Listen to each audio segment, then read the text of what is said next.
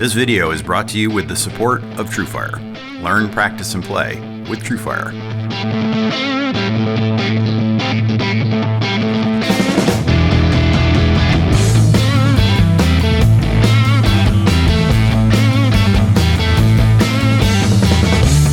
Hi, this is Keith Williams. Welcome to 5-Watt World, where we're interested in helping get the most music from the least gear. There's nothing I like better than a good story. To pull together the sources from the dusty corners of the internet and my bookshelf and work them into a video that describes the beginning of things. It's one of the reasons I'm here. I've never been a guy to seek out very expensive or rare guitars, but I've certainly spent a good part of my life looking for the few that fit my hands the best, the ones that have the tones I hear in my head. So I'd be the last person to judge someone whose search leads them to a great custom guitar, or particularly a company's search for the way they built guitars that they had in the past. So if, like me, you've always wondered at the rarefied air of custom shop guitars and how it all started, then stay tuned, because this is the 5-Watt World short history of the Fender Custom Shop. If you like the style of video, be sure to subscribe, or to support what we do by grabbing a t-shirt, hoodie, Stomp preset pack, or a 5-Watt World Barber BUSS Overdrive pedal.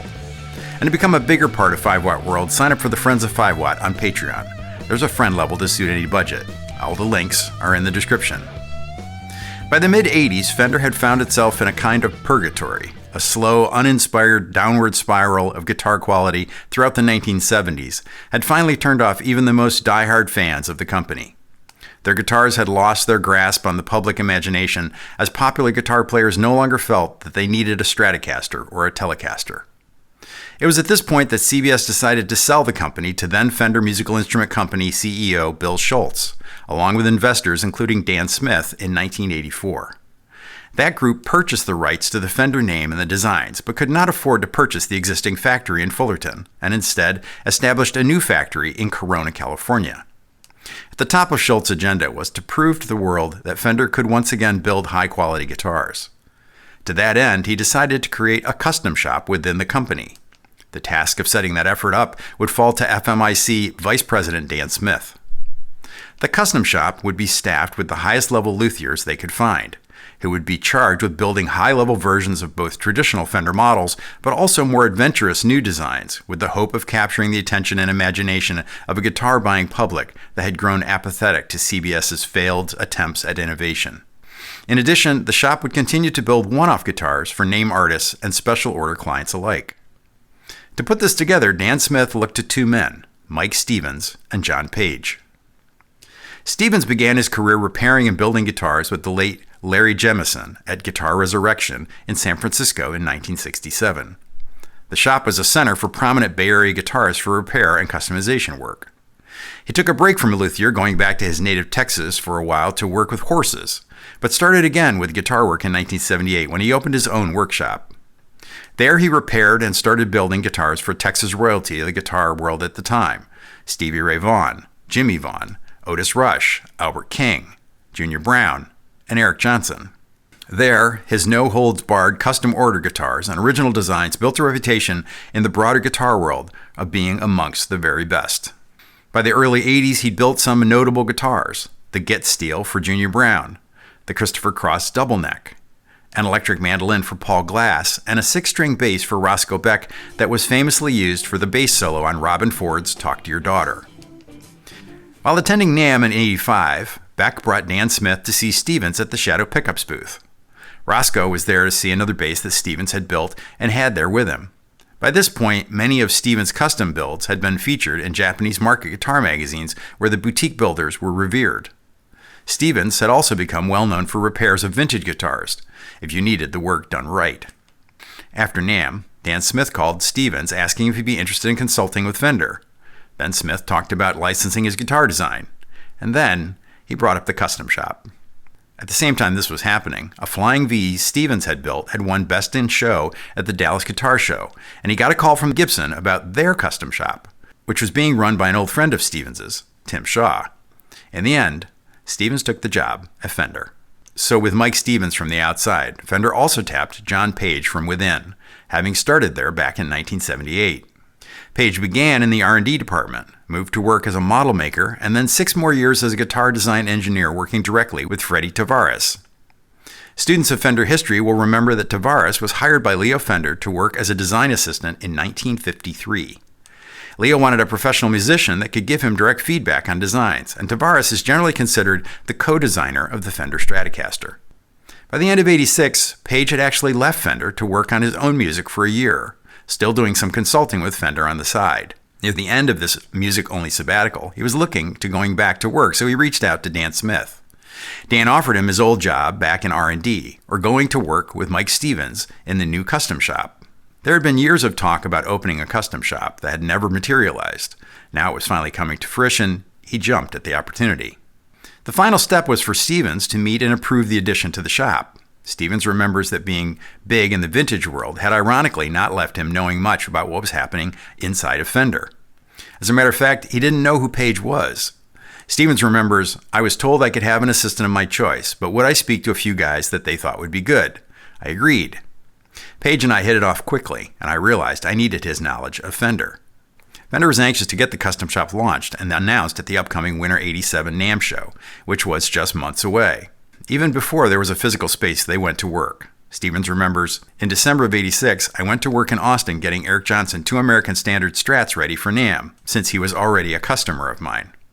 They furnished lots of parts, necks and bodies to choose from, refret, tweak. I went to work in a very cluttered R&D shop in Brea to start getting necks ready for the Eric Clapton model that was hopefully soon to happen as well." Page remembers of that time, "When Michael and I first started working in January of '87, we were in the R&D model shop in Brea, a small fenced-off area in the warehouse just outside of the R&D offices. I worked with the Corona factory manager to get the construction going on the new shop, an 800 square foot area walled off from the main factory floor. I also started buying tools that we would need for the shop. Michael was used to tools that were mostly suited for smaller shops, like hand routers and such, while I was used to factory-type tools, like pin routers. So we had both. I think we complemented each other's knowledge and skills, so each of us learned from the other. I reached out to TrueFire to be my sponsor because I've used them for years. I'm currently having fun going through Eric Johnson's Tone, Melody, and Truth course. With over 2 million users worldwide, whether you're a beginner, intermediate, or advanced level player, TrueFire has lessons to enhance and inspire your playing.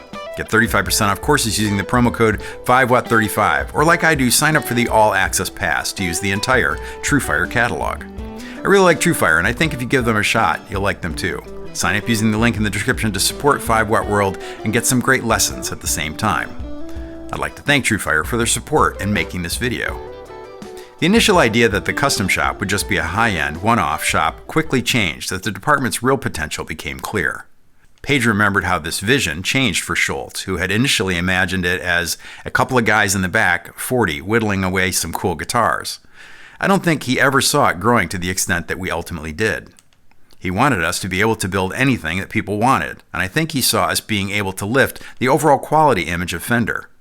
Initially, he said he didn't care if we made any money. He'd be happy if we just broke even. However, about 6 months into the operation, Page recalls, the image of the jewel turned to dollar signs, and Fender insisted that the custom shop become a profitable operation. Fortunately, it was already showing the potential to become bigger than anyone had anticipated. Stevens said that when he arrived at the factory for the first time, he said good morning to the woman at the front desk on his way into the shop. The woman stopped him, saying, "Sir, do you have an appointment?" He gave her his name, and she said, "Oh, you get more phone calls than everyone else in the office combined." The world was chomping at the bit. Following the initial builds for Johnson and Clapton, the team of Stevens and Page built a constant stream of guitars for rock royalty. They did custom builds for Pete Townsend and David Gilmour early on, followed by Yngwie Malmsteen, Elliot Easton, Cesar Rosas, Danny Gatton, Robert Cray, and Waylon Jennings, among others.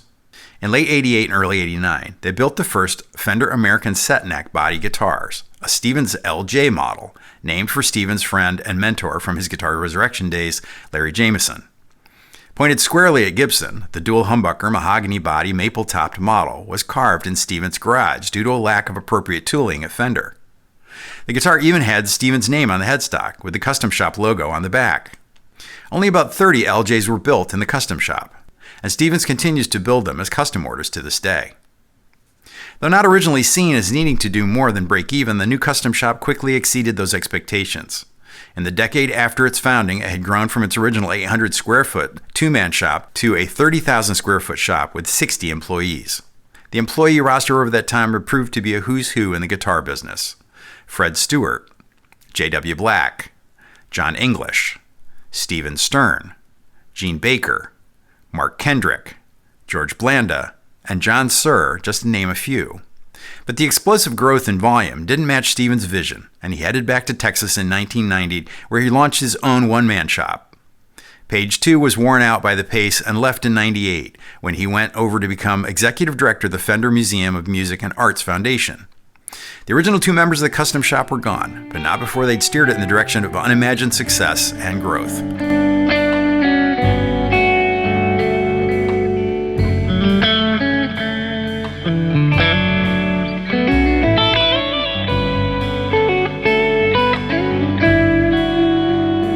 Page recalls of his last days in the shop. I guess around 1989, it really hit me that we had the opportunity to create this new piece of Fender history.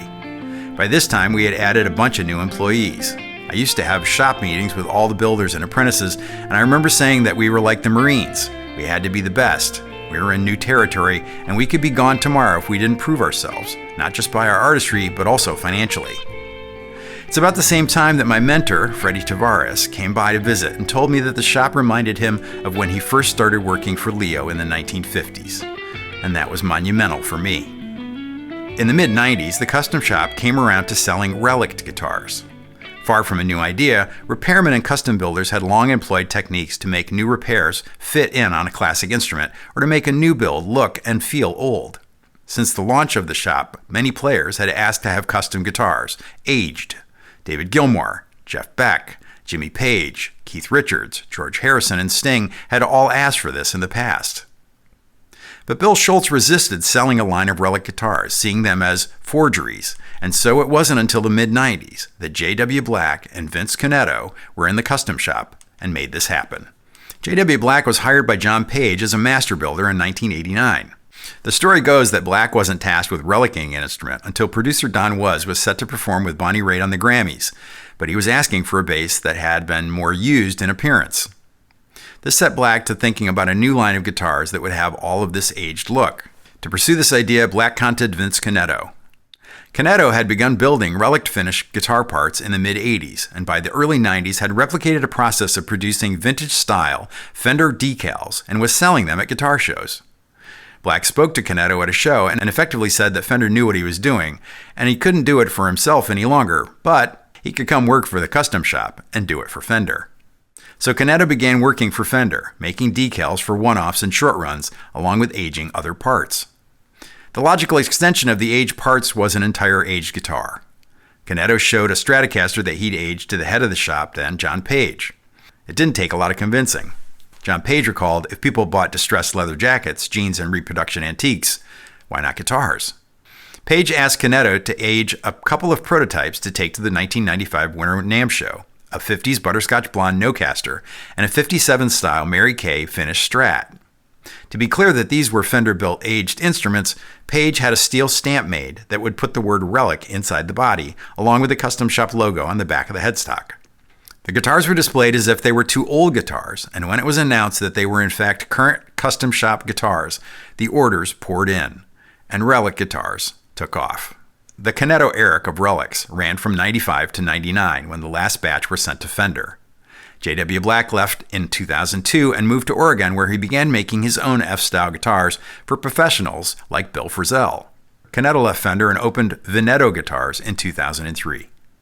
It was also in the mid-90s that they decided to begin building larger runs of guitars that would be available to the general public. This is when the concept of team-built guitars came into being.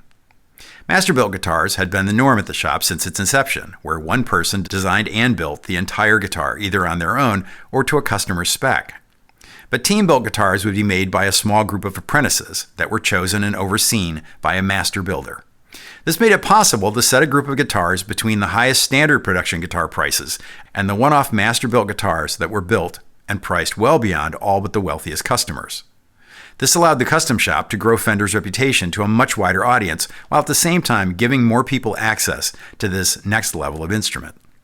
In 1998, Mike Eldred took over as head of the custom shop, the beginning of a tenure that would last until 2015, when Mike Lewis would take over the job. It was during this period that the Fender Custom Shop really evolved into a guitar company within a guitar company, producing myriad models and specific model runs, while at the same time doing unique runs for boutique builders like Wildwood Guitars in Colorado. Mike Stevens is still building custom-order guitars out of his own shop in Texas. John Page went the opposite geographical direction, moving to Southern Oregon, returning to building guitars in recent years. It would be impossible to try to catalog the many different runs of guitars that the Custom Shop has produced over the years without it sounding like a catalog. I'm always more about the stories and how things get started than where they might be at the present moment in time. I hope you enjoyed this short history in that same spirit. If you're interested in the master-built creations of the shop, I recommend the book Master Built by photographer Stephen Pitkin. If you like this video, you'd probably enjoy my short history videos on the Fender Telecaster and Stratocaster. I need to thank John Cordy and Jeff McErlane for letting me borrow their playing on some lovely team-built and master-built Fender Custom Shop instruments throughout the video. I used many of the Fender books from my library for this one, but in particular, I need to thank Dave Hunter for his interview with Mike Stevens and John Page from Guitar Player magazine. In addition, the Fuzz-Faced website gathered together many bits and pieces from over the years as well. I'm indebted to them both. I want to thank everyone that stopped by the online store and grabbed some merch or a 5-Watt World Barber Electronics collaboration overdrive pedal. You guys keep the channel going. And in particular, I need to thank the friends of 5-Watt on Patreon. It's the guitar community I've always wanted. You're all 5-Watt World. I just make the videos. If you enjoyed this short history of the Fender Custom Shop, hit the like button. And if you haven't subscribed yet, go ahead and hit that too. Thanks for hanging with me until the end. Until next time, this is Keith Williams. Thanks for being a part of the 5-Watt World.